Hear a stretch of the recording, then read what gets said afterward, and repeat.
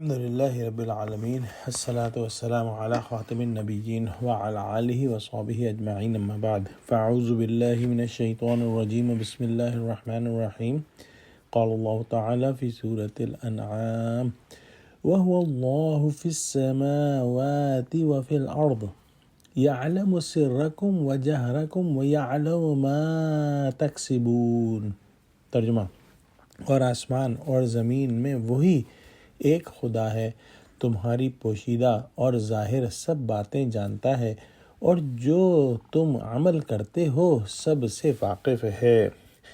اللہ سبحانہ و تعالی ہی آسمانوں اور زمین کا رب ہے، اور ایسا نہیں ہے کہ نعوذ باللہ آسمانوں کا خدا کوئی اور ہو اور زمین کا خدا کوئی اور ہو۔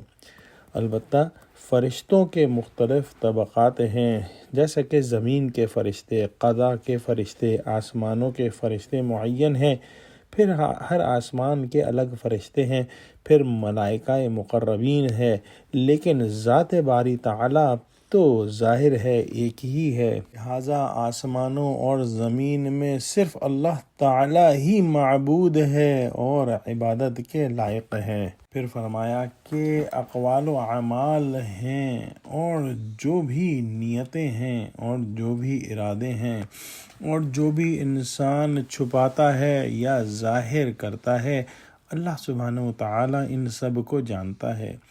اللہ سبحانہ و تعالی ان اعمال کو بھی جانتا ہے جو لوگوں کے سامنے کیے جائیں، اور ان اعمال کو بھی جانتا ہے جو خلوت میں کیے جائیں۔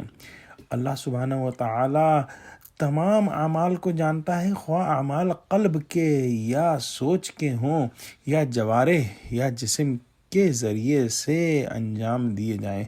لہٰذا اللہ سبحانہ و تعالی کے بارے میں یہ مومن کا کامل ایمان ہے کہ وہ ہر شے سے واقف ہے اور ہر چیز کو جانتا ہے۔